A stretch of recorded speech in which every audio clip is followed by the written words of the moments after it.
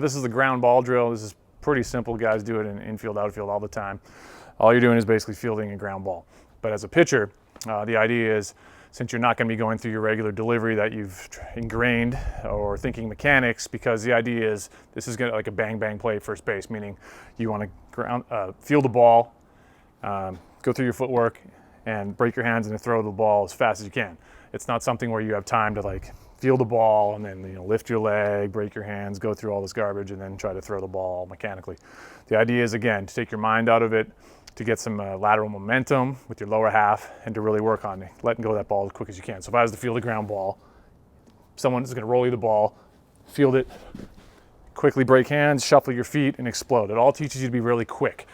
It tries to erase this whole going through a motion for the heck of it type of delivery and mechanics that are often taught.